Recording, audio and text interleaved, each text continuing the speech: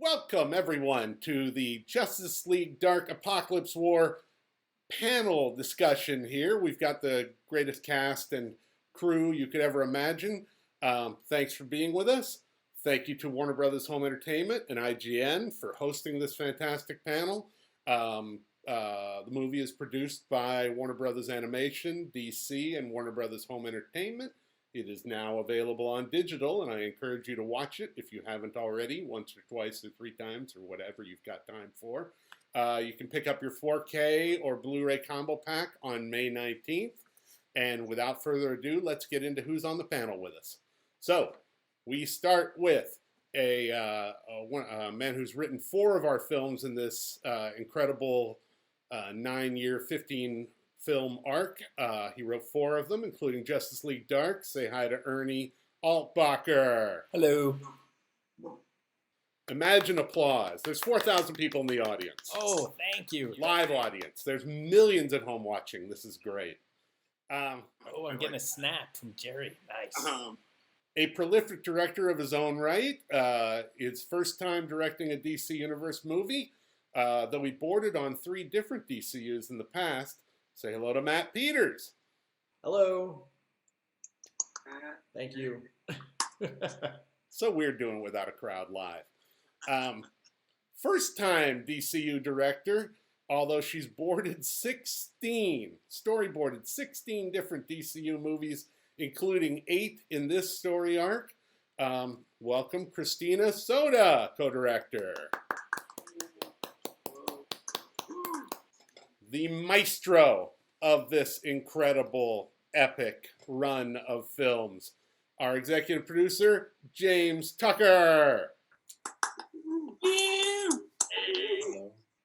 Y'all should be clapping at home too, I hope. You know him from Covert Affairs and Insatiable.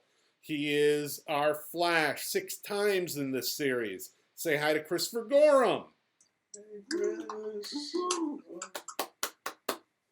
You know him from so many different series. Terra Nova, amongst others. Most recently, The Man in the High Castle. 11th time he's showing up as Batman in Justice League Dark Apokolips War. Jason O'Mara. Jason.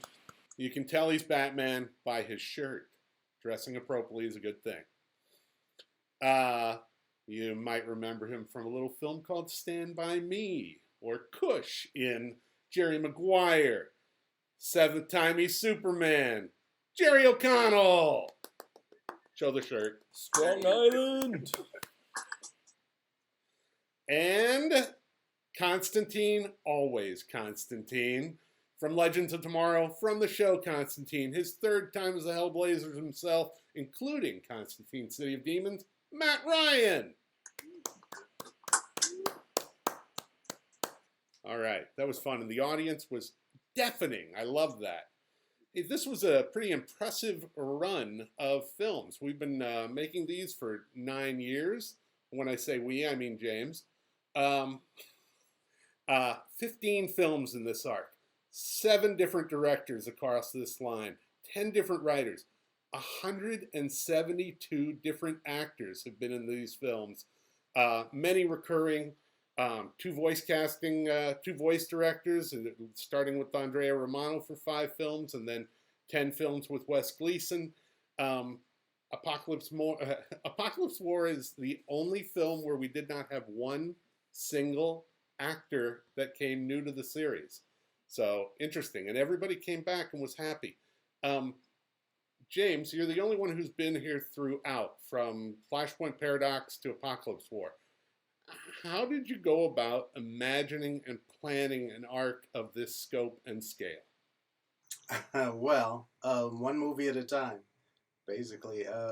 We got the gig to just do some movies, and after Flashpoint, we were told, oh, now make a continuity, which kind of replicated what they were doing in the comics, but we didn't know that going into Flashpoint. We just thought it was a one and done. But it went over really well, the movie did, and, the execs decided they wanted more. And so we had to kind of scramble and start, figuring out what we wanted to do, and we could only do as much as we knew they were going to greenlight rather, and they only greenlight maybe a year in advance. So it was kind of like, okay, we'll do this movie, and then we'll, basically remember what happened in that movie, so that the next movie we could continue the threads, and pretty much that was my job. Alan Burnett, who recently retired, he had a lot on his plate, and continuity was not his big concern. So he just was like, okay, you remember that stuff. And so, so we kind of built it as we went along. I knew certain high points I wanted to hit as we went along. But then surprises happened. Things happened that I wasn't anticipating. And then it was like, okay, let's just use that. And so it's kind of happened piecemeal. It was very kind of built as we went along. Improvisation. And yet it all looks seamless. Yeah, I should really not be admitting all of this. I should have, said, oh, we all knew where we were going and all this, and plotted it out and had grids and all that stuff and spreadsheets, and nah. I've been touting you're a genius of all of that, and thanks for blowing that. Why don't we take a moment and see how this film begins. So if we could please run that clip, we have to attack. Remember.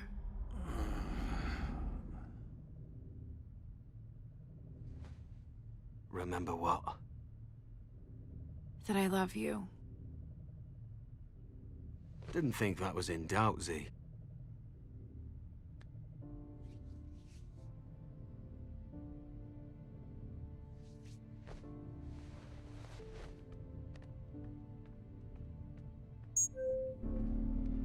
I just wanted to say it before. Before nothing. The League will sort this out and we'll be having pints by sundown. Or whatever that is round here.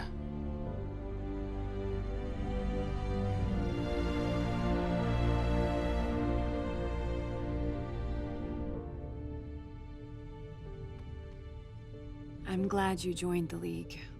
I'm here for you, love. Just don't ask me to wear a cape. All Justice League members, report to the hangar now. Way to cockblock, Batsy. Well, time to go.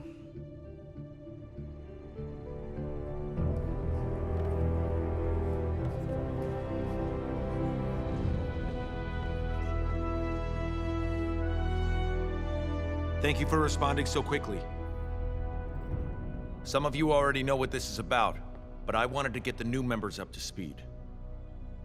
This is Apokolips, homeworld of Darkseid, a power-mad despot who has orchestrated 2 attempted invasions of Earth. The first of which resulted in the formation of the Justice League.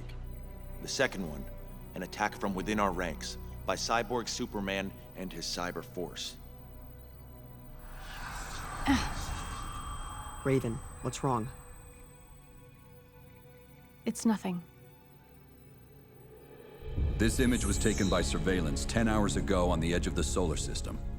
Apokolips phased into our dimension and released stealth drones, then phased out again. This can only be looked at as a prelude to war. Darkseid aims to conquer the Earth and crush it under his heel. Regular Churchill he is. Shh. Look, I know the guy's a genocidal maniac, but are we sure those are his immediate plans or something he'll try in like 1,000 years? These are images from worlds that Darkseid has conquered. Our intel shows that he's now sent his elite guard and the Furies to act as an occupying force to thwart any resistance. I want to make this perfectly clear. We are facing an existential threat to the planet. We can't wait for Darkseid to make the first move. That could mean the end of us. We have to attack. The evolution of the story, I mean, that's where we start. Why did we start here? What was the thought process behind going with that, James? Directors, Ernie? Well, we're connecting to the last place we left Constantine and Zatanna, which was she was wanting him to join the League, and he was considering it, but then he had ruled it out when we last saw them a couple of years ago on the original Justice League Dark movie. So we thought, and since this was a Justice League Dark movie to begin with, we would start back up with them. But because we knew we were going to have to broaden the story to encompass, everyone, since this was the wrap up, we started with them, and then that led into the big, scene with all the other Justice League members, and then we went from there. But that was we were just basically connecting the dots, showing that their relationship had furthered to where they were together, and he had joined the League. And it's also kind of like framed by Constantine and Zatanna's relationship, this entire world epic thing. There's several frames and several relationships, but that's kind of one that's very key since it is ostensibly a Justice League Dark movie. 9 years on this. What's the degree of difficulty of continually raising the bar, and especially for this kind of epic blockbuster, no holds bar, a post-apocalyptic epic? Well, apart from, I'd say, the original Justice League War and Flashpoint, this is probably the most grueling big movie we've done in the lineup. I mean, we've done big movies, but usually I tried to, we were hoping it would work out where we do one movie that was, say, a Justice League, but then we follow it up with the movie that maybe was a little smaller in scope. The directors will tell you none of that ever happened. They were all big, but we'd follow up like a serious Batman movie with something a little lighter, or at least, or rather, I'll flip the script. We'll start, a Batman movie tends to have fewer characters. So if we do a Justice League, we'd follow it up with a Batman that would then kind of be a little smaller. And then, like Suicide Squad it was a big-ish movie, but the story itself was kind of quiet and contained. There weren't a lot of huge action set pieces. So that's how we tried to manage to not kill ourselves through all of it. It was a task, because you always want to do better than the last one, no matter what the scale was of the previous story. You just want to make sure the stories are strong, there's character growth and development, everyone gets juicy scenes and stuff. And so, that's always a concern. It's just always trying to up yourself and make everything matter, especially in a continuity where you're building, you're hopefully building towards something. You said there were surprises along the route. I'm assuming the way you just laid that out, Justice League Dark was one of those smaller, intimate films as an offshoot of the Justice League. Was it a surprise to you to come back around to Justice League Dark Apokolips War to button the whole thing? Well, once Justice League Dark came out, there was a lot of buzz about it, in other quarters, and I knew there was a plan to do it eventually. We just didn't know when that was going to roll around. And so I loved the first Justice League Dark. It was just a hoot. It was a lot of fun. Because it was also dealing with occult issues. It was kind of a horror movie. There were some really, horror elements to it that we hadn't really touched on in other movies. And it was really funny. I mean, it had a lot of good jokes in it that I just thought it played really well when we premiered it. And I just thought it was a lot more fun to it than we get to have typically with a regular Justice League movie. And so I liked that. And also, I think it was our first R movie in the lineup, I think. I'm pretty sure. Well, it was our first official R where they said, okay, you can keep it as an R. We had two more before that, but we had to cut to make them not R's, but and I don't think I would have gotten on to the thing unless it was not a lot was expected from Justice League Dark. All right, like they were like, you know what, this is a smaller one. It's kind of weird characters, and sure, Alan Burnett's like, no, I think Ernie can do this one. He's new, but I'll sit on him and make sure it comes out okay. And that's the only. I wouldn't have gotten You're it. just bugged or something? Did you? There we go. Ernie Altbacker, master of the low expectations. What are you joking? It was great. It was fun. No, I love doing it, but I'm just saying I think that was the only way I was going to get in. They weren't going to give me like a Justice League movie to start, you know. So you have to kind of prove yourself first. I mean, as the directors know, you know, same thing. Let's you know what? Let's roll over and take a look at our three main post-apocalyptic protagonists: Constantine, Raven, and Superman, along with maybe a little side of Etrigan and of course Paradooms. Can we roll the clip reunion, please? John, it's me. Clark Kent. You knew me as Superman.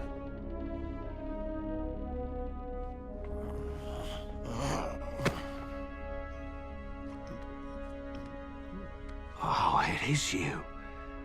I thought you'd snuffed it.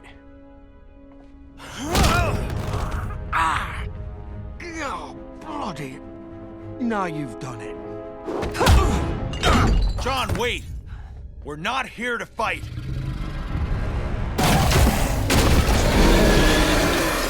You come to the wrong place, then. Azeroth, Metrion, stop!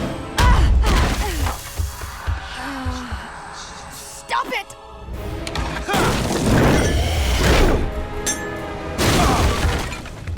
Quit playing around, Boy Scout. Smash him! I can't!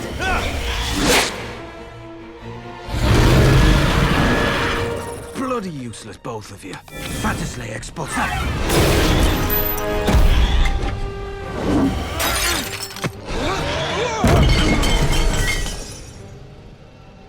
Little help will be nice.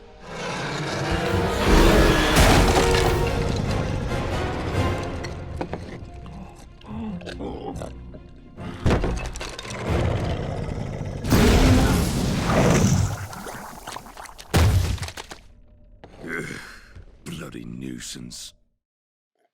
Everybody should understand, none of the actors in this film recorded together. I don't even know if Matt and Jerry have ever met in person, and yet everything meshes together so perfectly. Have you two ever even met? We haven't, right? I guess just through like Zoom meetings and social media. This is the new meeting. Yeah, I met Jason a couple of times, and we did the Justice League Dark premiere in Los Angeles. But it's always strange, isn't it, when you're doing voiceover work and with these things, and there's all these actors, and then you don't actually interact with them. But it's great how it turns out on the screen in the end. You're sharing. What are you sharing? The screen, the mic, the audio track? I don't know how you'd say that. But it is cool to be in their company because there's been some amazing actors. Shout out to Wes Gleason, who's our voice director, who really gives us, he always feeds me Matt or Jason's, or Rosario's lines, and helps me get to emotionally where I have to be. He's really, really helpful. How did you guys settle on these three to be the linchpins for this film? Well, I went in, and James obviously he sees the 20,000-foot view. He knows what has happened in all the other movies, well, and he's like, here's some points we have to hit, but otherwise it's kind of like a free reign. And I got to give the shout out to the writing overseers were Alan Burnett, who's now retired, but he was great, and Jim Krieg, and so they kind of said, here's some other things that we want to get in, but we want it to be world-reaching, and it was just kind of a giant project. I also have to mention that there was another writer on this, very talented Margaret Scott. Yay for Margaret. What was he using two of those three main protagonists to do with magic? I mean, how important was it to have magic in a superpowered universe? Well, this was a meshing of Justice League Dark, which is mainly an occult kind of story, an occult universe, trying to merge it with a sci-fi kind of world, which is Justice League. And so I knew that both sides have to be equally balanced as far as the story. I couldn't just make it totally Justice League Dark, although there are lots of scary places in it. So it was a kind of a weird balancing act of trying to keep it super heroic in places. But we definitely play into I mean, in this one, in other movies, dark reflected occult or magic or something. In this instance, I think dark represents the tone, what's happening, the psyche of the characters when we meet them again in this movie. It is it's a dark world now. So balancing both sides of it, the magic and the superheroics, the sci-fi, it kind of meshed better than I thought it would actually. And it was great having those sides kind of blend together. So it always kept you guessing what was going to happen. You know, there'd be a cool action bit and then there'd be some good bit of magic, or, you know, it was just kind of volleying the ball back and forth between both sides of the story, the dark and the sci-fi and the superhero. Christina and Matt Peters, you were co-directors on this. How did you divide to conquer on this one? We basically picked which characters we wanted to pay attention to. Matt is a huge Superman fan, so it was no given he would kind of take point on that. And I had boarded several Raven scenes in the first Justice League vs. Teen Titans movie, so I figured, I remembered what happened with that, I'll take that. And then we split up the rest. Yeah, and Soda and I also work together just as friends and, you know, co-workers. So we've been on films together, and we just know each other socially. So it was easy, you know. It was like getting an opportunity to, you know, work with a friend. And so we just sat down and, just like she said, we just decided. I don't even think we had to argue. It was like a minute we just said, it was like I wanted to do Superman and I knew she wanted to do Raven. It was like the script just divided almost equally. And there were a couple scenes that overlapped a little bit, so we would just double check with the other when, like, if there was a scene that had a little bit of Raven and Damian together that was in Matt's scene, I might chime in and be like, oh, make sure you do this. Just so we could keep track of every character's arc. Yeah. It was actually really nice to have, because it was having another person that could actually, you know, give me a lot more feedback on something that was, you know, she knows that character so much better than I do. So it was almost like a psych evaluation that I could, like, you know, go to for information and source from to make, you know, the scene work better. I was grateful for it. It was a good soundboard sort of thing too. It's like, hey, what do you think if we tried this? And we could spitball with each other before we put pen to paper. Jason and Chris started on this series. They started recording in November of 2012 on Justice League War. Jerry joined in for the 2015 movie Throne of Atlantis, and Matt came in for Justice League Dark. How did approaching these characters for this film differ from all of your experiences before? Who wants to start?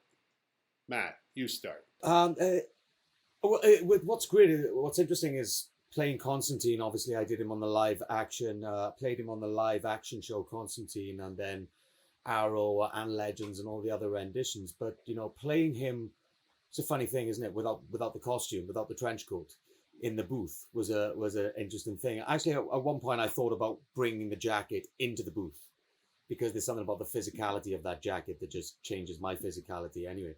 But I didn't end up doing that. But it's been great to kind of transpose the character from the TV screen into all of these movies, and it's been great to flesh John out in these worlds, which we don't get to do on the live action stuff. unlike Matt, I wear full Superman outfit when I record. Everyone knows that. Full head to toe, cape, boots, my hair, I shave. It's a whole thing. Everyone knows that.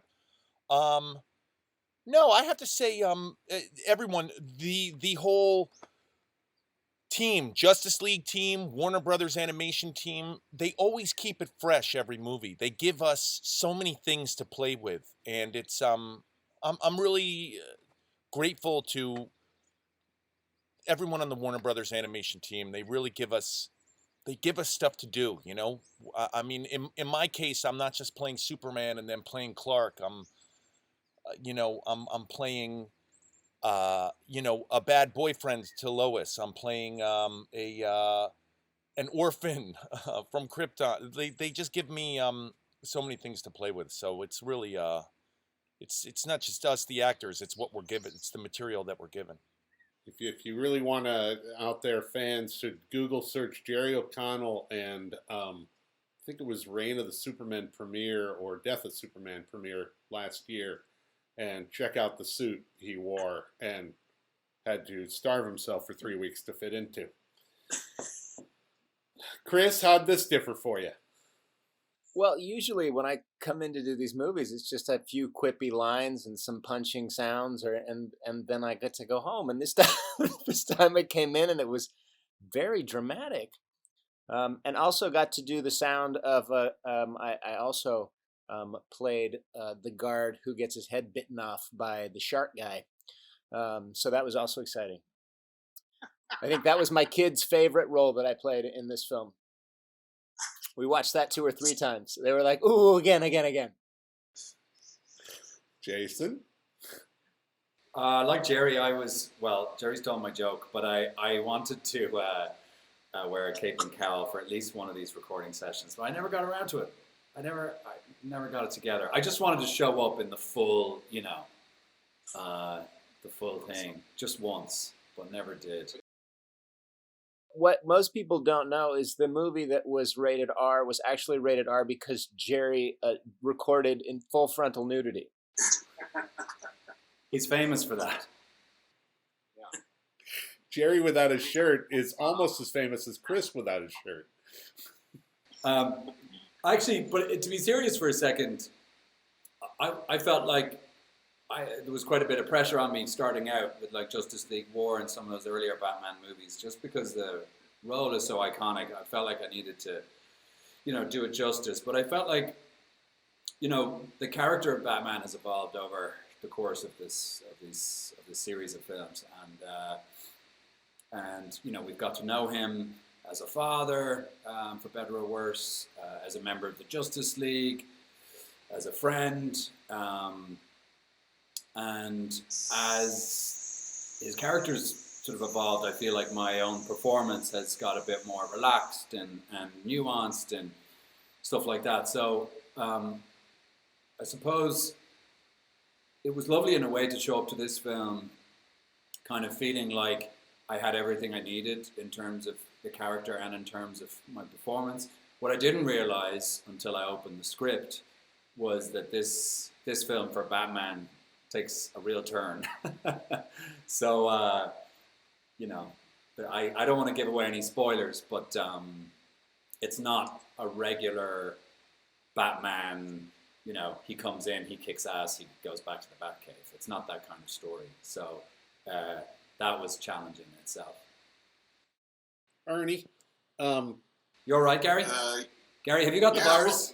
Just had to clear this here. Let me just take Gary, put a mask on. We'll all catch it.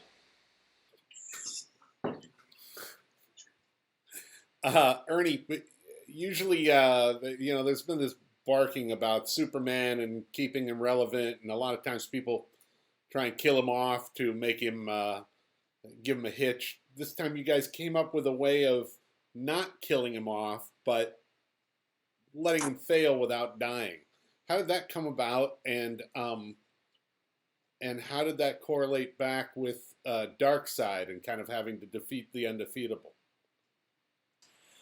Well, I have to give credit to, I believe, Margaret and Margaret and Jim. She's a huge Superman fan. Yeah, she's a Superman nerd, and she thought up that depowering idea. So that was in there when I kind of took the baton and started on it.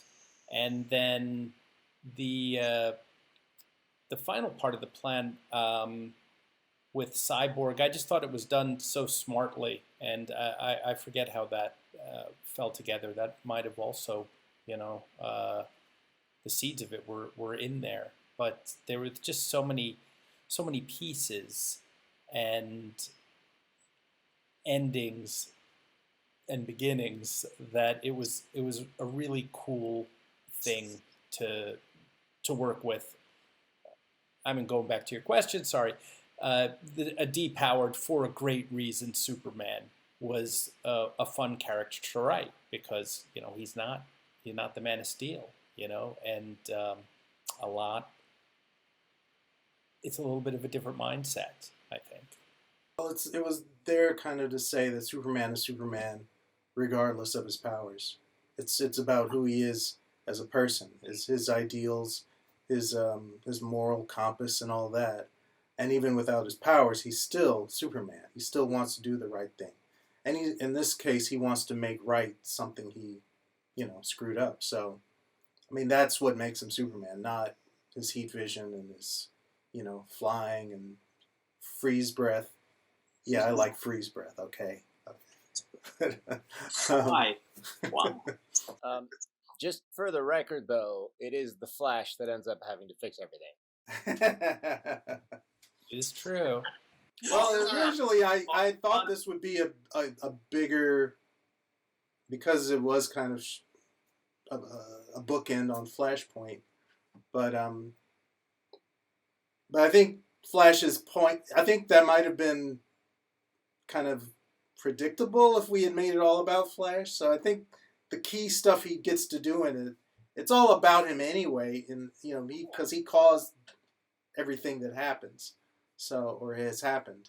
But yeah, initially I thought it would be a bigger Flash showcase, but what you got was choice. Well, when we had started talking, you were like, I really need Constantine to be a bigger part of this. Yeah, he wasn't quite popping. It wasn't quite a Justice League Dark movie. Yeah, Justice League Dark. So actually, even though the Flash does it, it's Constantine's idea, and there was some stuff that had to go. I mean, it's still 90 minutes long. It's amazing. Yeah, it's our longest movie in the animated all of this, But there was other reasons where he was kind of pushing the Flash into doing it, What was that, Chris? No, I said I'm surprised that it was 90 minutes actually from watching it. It goes by really fast. It's a really good story. Yeah, it didn't feel like that too. Yeah. That's a lot of characters, a lot of characters, locales, situations, subplots. I mean, this is our biggest film to date, and period. I think we've had bigger, we've had as big with action and stuff in movies, but I think plot-wise, the depth of the story, the stakes that are at play, I think, yeah, definitely there's a gravitas to this movie that a lot of the other ones we just hadn't gotten to, except maybe Death of Superman. I remember talking with Soda about it when we were putting together and divvying up the script, that at one point I was like, I'm so grateful that I'm co-directing this with someone, because this was such a big project for one director to tackle would have just driven me insane, Ironically, you two are probably the nicest, most angst-free people I've ever worked with. And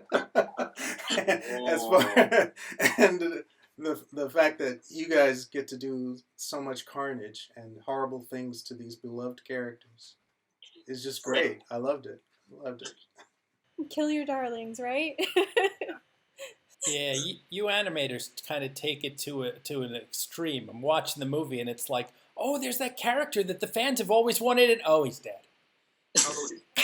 And now he's dead. No lines. Does this movie come with a trigger warning?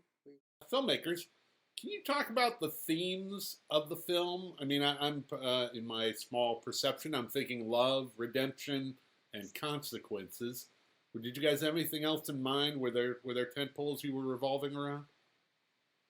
Well, to quote Alan Burnett, violence, lots of violence.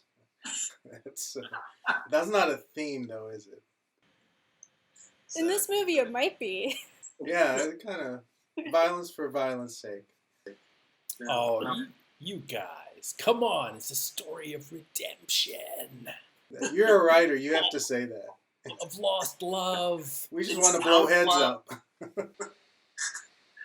There was definitely a feeling of like having your favorite action figures of your characters just smashing against each other and blowing up and everything. There was definitely that playing too.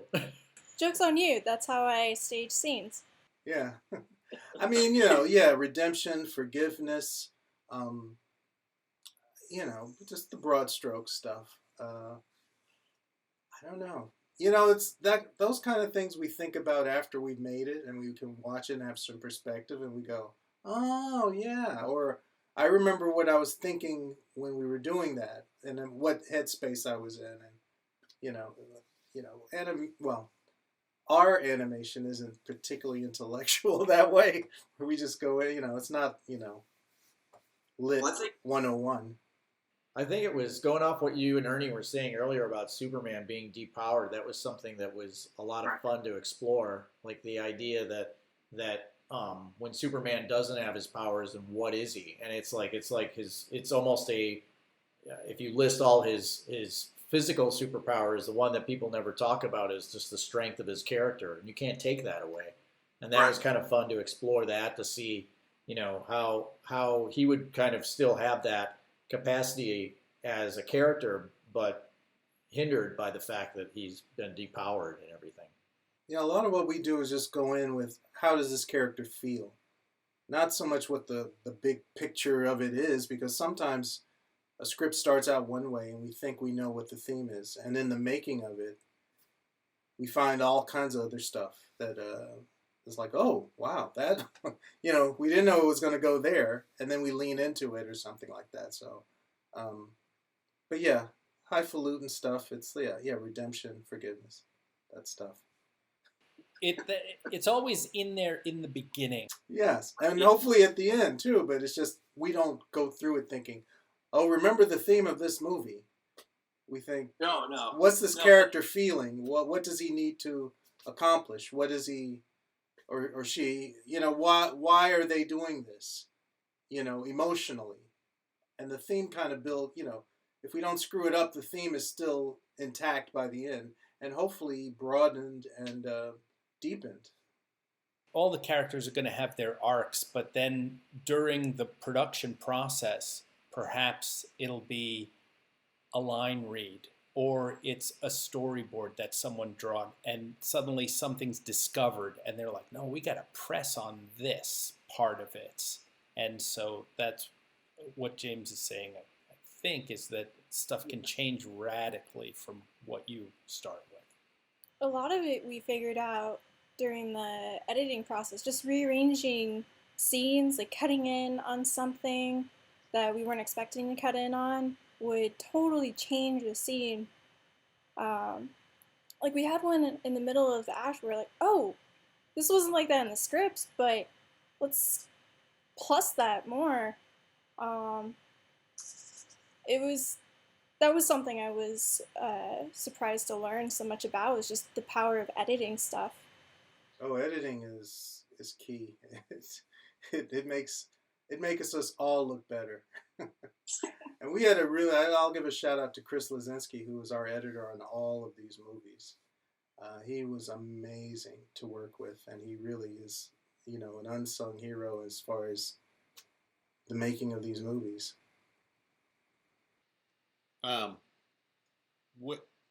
This cast has always been great across the board. These four are shining examples. They've always been willing to come and play, whether the role was 10 lines or 120 lines. One, for the actors, what motivated you for that? I mean, what really brought you to the table for those kind of roles all the way through this arc, this amazingly long epic here? coming on board with Justice League Dark, having the opportunity to voice Constantine in a different way from the live action stuff, and he's such a great character, and having him interact with all these different characters in the world in a way which I hadn't got to explore before was a real kind of draw to it. And also, it's great to be able to play the character in a live action scenario and then voice him as well. It's I feel really lucky to be able to have done that, and I've really enjoyed the process of doing it, and working with everybody, and the scripts have been great, and the way they've written Constantine has just been great. It just rolls off the tongue, and the cadence that all the writers have got with all the material that I've done with Constantine on the animation stuff has just been great. For me, it's just a real privilege. I think the first one I did because it was exciting to be able to come in and be a part of the Justice League and the DC universe, because I was a fan as a kid. But then when I saw how good the movie turned out to be, everyone since then have just been thrilled to be asked back to be a part of these films, because they're just really good stories, and the fans love them, and I count myself among the fans. So really, it's just fun. It wouldn't be very Justice League-y of us if we were sitting around counting lines, for our characters in each movie that we went into. When Justice League calls, no matter how small or big your role is, you just show up. You know what I'm saying? It's I do have to admit, it is really fun when, and we're doing it virtually today, but when we all get together at a con, that's those are really the special feelings for me. So I mean, it's got nothing to do with how much or little work we have to do in the booth. Yeah, we're a lot funnier in person. I'll agree. My favorite comedy trio is Jerry O'Connell, Jason O'Mara, and Chris Gorham at a con. That is vintage mixing. Thank you, Gary. I'm one of the things I'm proudest of, I think, about this experience is the fact that we were able to keep the continuity of playing Batman for this amount of films. It's been 11 or whatever. And as James said, we didn't have an overall deal. Well, I didn't have an overall deal to keep bringing me back as Batman. It was a one movie at a time scenario, and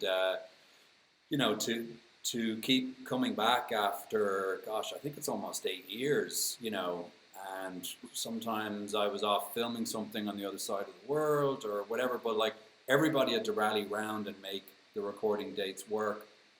And as Jerry said, even if, like I when Batman was in The Death of Superman, which was Jerry's movie, it was just a little scene or whatever, but you show up as the character anyway, because you owe it to the character, you owe it to your, to the Justice League, and you owe it to the fans, and so that I think really made this special for me, that I was able to kind of put my own stamp on it and stick with the character for as long as I did, and now this series of films is coming to an end, and it's really bittersweet. I mean, I'm always excited to move on to other things, but it's going to be really hard to say goodbye to Batman.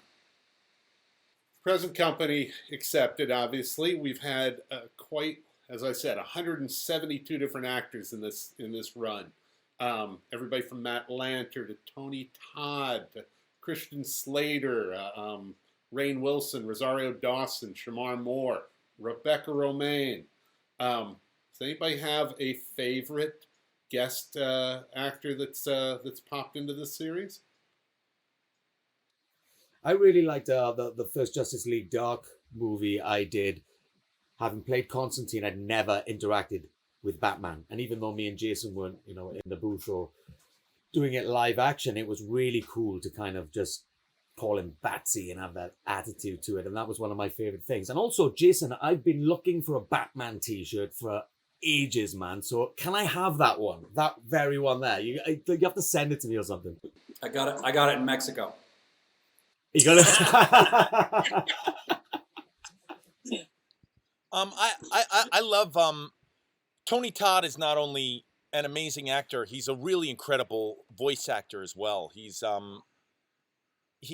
just, you know, it's not easy voice acting because you can't rest on your you can't rest on your mug making faces to convey emotion. It's really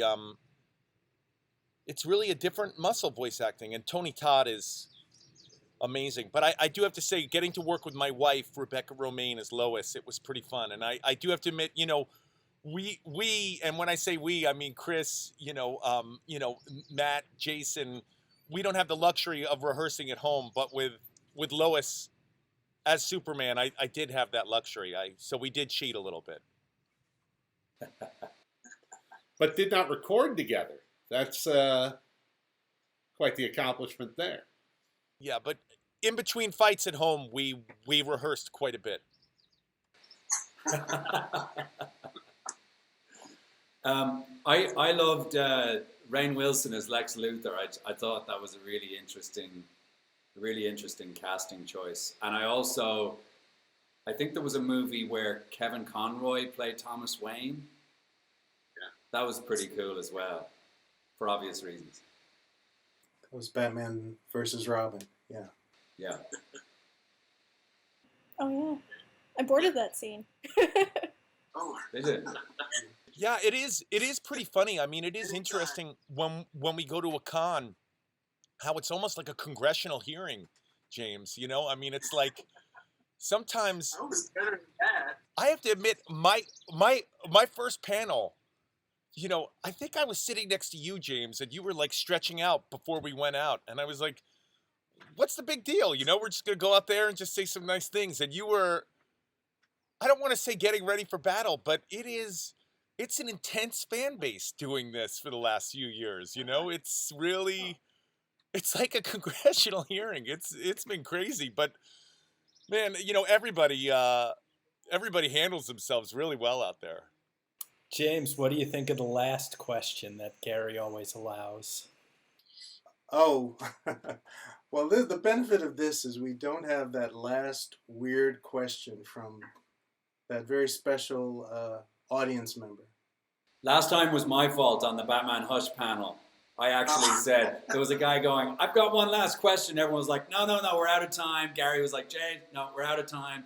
And I was like, oh, come on. He really wants to. He's been lining up all day. Let him ask it.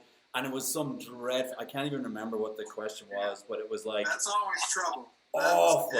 And we were just always fun watching the mouse walk right up to the mousetrap. Yeah, and then we were just trying to get off stage after that. That was all my fault. When the guy is walking on people's heads to get to the mic, you know it's not going to be a good question. So thanks at home for not asking any questions right now. What have you guys learned about yourselves playing these characters? That I don't drink as much as John Constantine. I'm okay. I'll never be as ripped as Bruce Wayne. I know. Every time these movies come out, I start to feel really inadequate. It was actually one of the nice things about this film is for a short period in this movie, the Flash and I physically are very similar.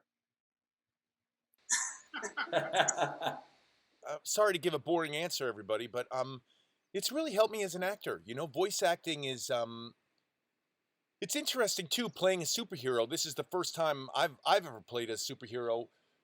You're playing a number of different characters. I mean, you're playing at least two different characters. You're playing an alter ego and a superhero. So it's and I have to say also, voice acting it really makes you think about portraying characters and emoting. It's a completely different acting muscle that I had never really flexed, and everyone at Warner Brothers Animation really gave us stuff to work with.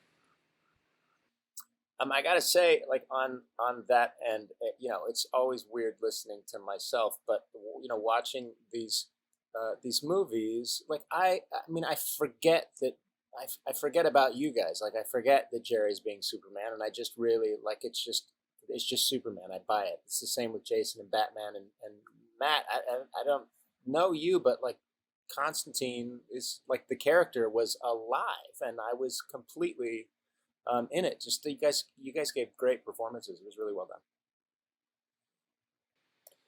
Well, I think it's time. Yeah, you guys did. Applause. Yeah. I should add, Jerry did play a superhero before a long time ago in Justice League Unlimited. You were Captain Marvel. Or Shazam. Because the internet comments would never let you live that down if you didn't. I totally understand. You're absolutely right. I meant I've never portrayed a live action superhero. Oh, okay. Gotcha. Okay, wow. Yeah, he's got Nightwing to his credit. He's got a couple of Captain Marvels. He's got Superman. He keeps coming back when we least suspect it. It's funny though. I've really grown in this role of Superman. It's really I've grown as an actor in this role. You know, I mean, when you hear some of my earlier some of the early I really believe I'm a lot better now than I was when I first took on Superman. It's been a real it's not only been a joy to work on, it's been a real learning experience for me. Why don't we check out another clip while we're at it? This is a clip we call Suicide Squad from Justice League Dark Apokolips War, which, if I haven't told you already, is now available on digital, and you can grab it on Blu-ray and 4K combo packs coming up on May 19th. So, roll that clip. So me and my merry band of suicidals decided to go freelance. We've been taking our cut from Luthor's supply train since the show started. We're real Robin Hood types. Rob from the rich and sell to the poor. Give to the poor. Huh? That can't be right. Do you have somewhere private? You need to see this. My office. We'll discuss everything over my top-notch bottle of hooch. Now we're talking. This is a extremely violent, hardcore action adventure, but with a lot of humor. How do you find a way to balance and incorporate humor into such an epic here? Well, God, you know, I can't help myself, which is why I'm probably not going to be writing any sort of animated ordinary peoples or, you know, American beauties. I'm always in that like Lethal Weapon school where, like, or Aliens. Hudson's freakout is funny, not to the people in experiencing the situation, but to the audience member. And in the most tense situation, you know, in a movie like Lethal Weapon, you'll get some laughs. So as long as it's not just from out of left field and conforms to character, I think that there's always a place to get in some humor, especially because the ones that I seem to get on my plate tend to be the darker ones. So it needs some levity, I think, and James has been okay with that about the ones I worked on. I encourage it. Because, you know, you can go way darker when you have a laugh either before or after. Like, you can do way more vile things to people if you lighten it up right after. So it's like, you know, it's just a blast. It's fun to be able to horrify people and then also give them a good laugh and delight them. And so it's, I don't know, I think they kind of go together. I mean, to do something really bleak, which we did. The first Flashpoint movie probably it didn't have hardly any jokes in it, but you know, it was that kind of thing. It set it up. But I'm glad this one has a lot, as dark as it gets. There's also some really human, fun moments in it, humorous moments, just good scenes and good interactions that are genuinely funny, apart from the situation everyone's in. And then the directors also add to that with how they board something. You know, something that I thought, oh, this is just a throwaway line. Suddenly, it makes me laugh out loud when I see it executed. You know. when you got like help at home, you know, you gotta make sure you get them on the call and stuff like that. It's always fun, I think, to, like James said, to play up that contrast. It's like if you got like something really dark and then you're able to throw in humor, it just makes it kind of create a contrast so that the humor the darkness ends up feeling much more dark. So just almost natural putting in a little bit of humor. Are there rules of meshing these characters? I mean, you got Justice League, Suicide Squad, Teen Titans, the Dark Gang, the Batman family, the Superman family. Is there any rule you need to abide by in any of those situations? I think you just respect the characters, and any humor has to come from who they are as people. Who is the character? If the humor's coming from the audience knowing that person, like character, like a person, you're not making fun of them. Or if the joke is kind of making fun of them, everyone's in on the joke, meaning they know that trait about the character. So it's like, don't play it, silly. Play it earnest. Play it, the humor has to come from who they are as people and what their individual personalities are like. It's like when we developed that little thing Batman does, where he just goes, Yeah. I think that first happened in Justice League Dark, and then we kind of brought it back a few times. I think we just did it as a wild line initially, and it just kind of found its way in, and it worked. When we watched it with fans, it got a good reaction, so we brought it back. But that only works because Batman is laconic. He's kind of cranky, and he would rather say nothing instead of many things. So it comes from the underplaying every situation a little bit. Yeah, exactly. Yeah, it's always humorous. It's always fun. And that's the luxury of working on multiple films in a series. You can build things like that into it, as opposed to just a one-off or whatever. That's been a wonderful opportunity and a luxury, I think, for all of us who have been part of this creatively, is to be able to build from one film to another. You've also had the chance to do some payoffs in this, in particular, one the fans have been clamoring for, Raven and Damian. Can you talk about putting a button on that one? That kind of, again, that was one of those surprises I talked about where we didn't know. When we brought Damian in to Son of Batman, he was only 10 years old, so we had no thought of getting him together with a female or anyone. It was a father-son story. I mean, his arc was a father-son journey until we spun off the Teen Titans movies, and then we had Raven. And by that point, he's a little older, and, their tension. And the thing with Damian is he's kind of been a through line through a lot of these movies, in that he was the one character who hadn't been on screen at all before these movies. So, he kind of hops around from movie to movie almost like Batman does.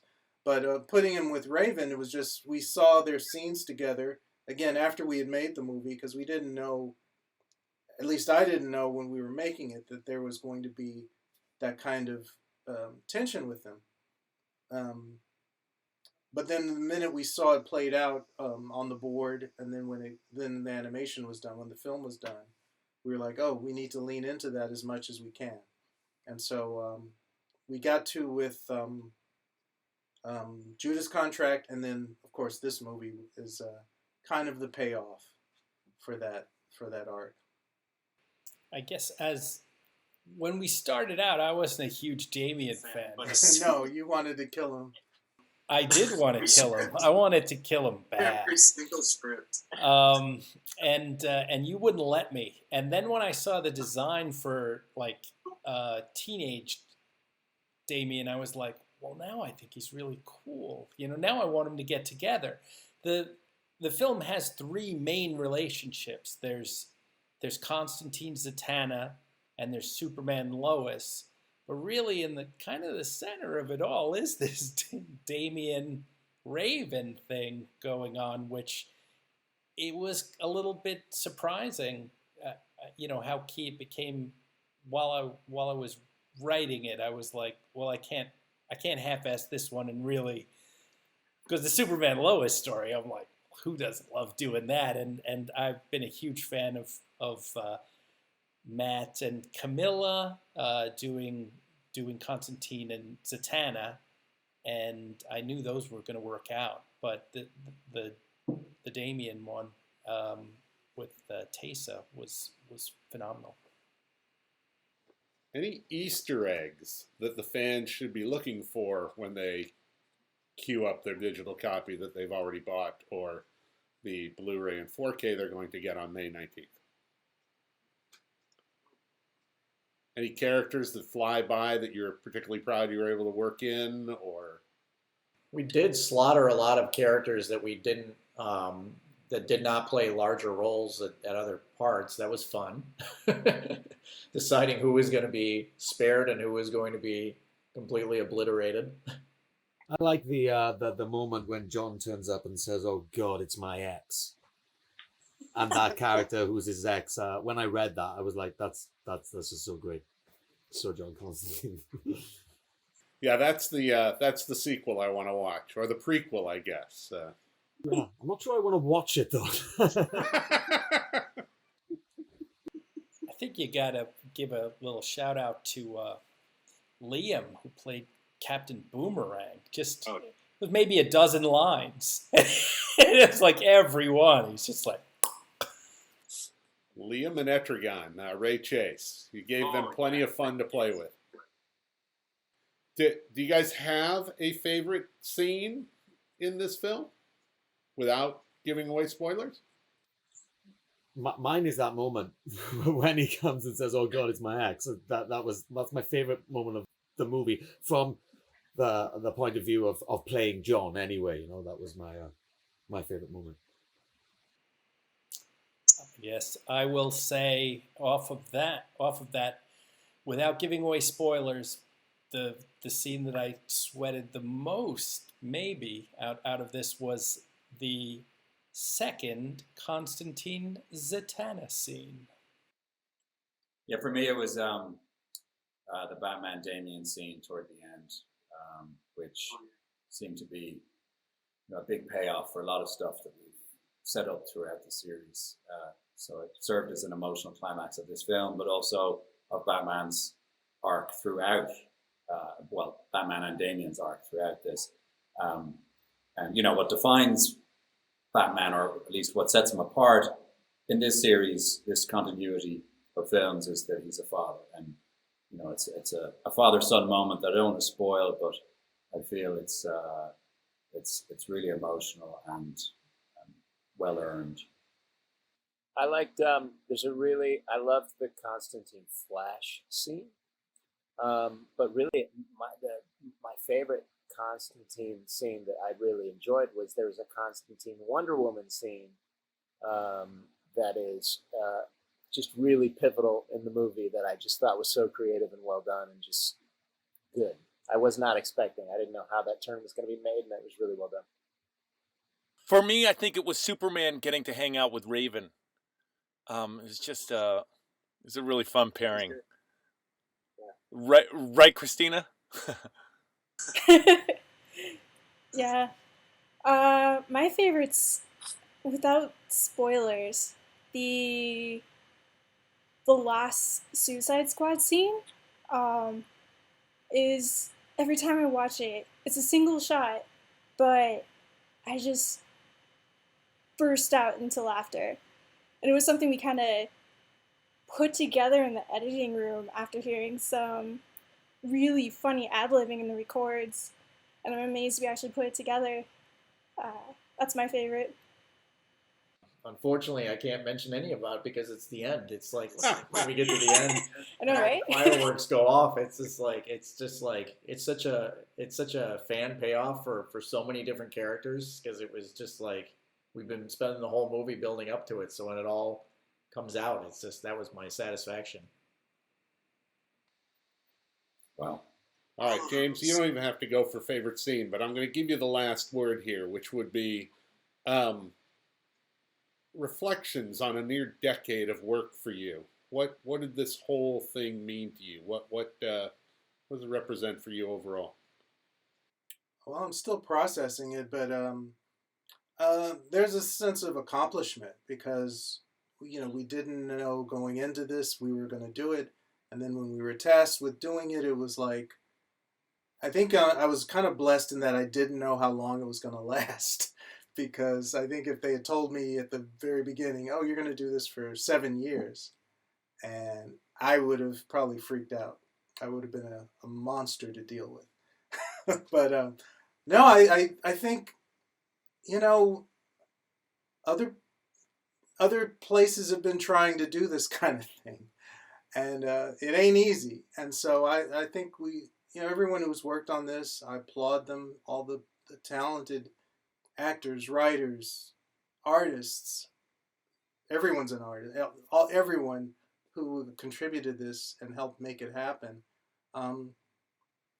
It's an experience I'll always treasure because it's not one I would have ever thought I would have either signed up for or would have survived. So it's and I hope as we get there's some perspective on it that fans will find a deeper sense of enjoyment as they watch these again, and now that they're all complete and everything's finished, that the work stands on its own as a body of work that had some meaning and was especially to fans, especially to DC fans who haven't really gotten this many connected stories in this kind of fashion. I don't know. I'm still mulling it over. I'm still working through it all. So ask me again in 5 years. I just want to take this opportunity to thank James for guiding us all through these films. This ultimately was, it was his series, and he was he shepherded it all along and took us all along with him for the journey. And I, for one, am really grateful and touched by what he just said. I also want to thank Andrea Romano, Wes Gleason, and yourself, Gary, obviously all the other writers and directors, but you guys were at the core of this from the beginning in one way or another, or at least affected me, and I developed a relationship with every one of you guys. And also, I'm going to really miss the panels. We had a great time. Jerry, Matt, Chris, and all the other actors. We had such a good time with the fans. And watching the movies in front of up to 5,000 fans at a time sometimes was just such an incredible experience, and what a privilege, So, thank you. All right, we're going to wrap this up. I want to say thank you to Matt Ryan, Jason O'Mara, Matt Peters, James Tucker, Jerry O'Connell, Chris Gorham, Christina Soda, and Ernie Altbacher. I want to say thank you to everyone that's ever worked on one of these. I want to say thank you to the fans who have supported this series and these films for so long, and everyone that's added to this incredible legacy. And I hate to say the words, but goodbye. Thanks for coming. Thanks for watching. Don't forget to go get this on digital if you haven't already. And one more time, May 19th, 4K and Blu-ray. Go get them. Thanks, everybody. I'm going to go cry now. Bye. Bye. Bye.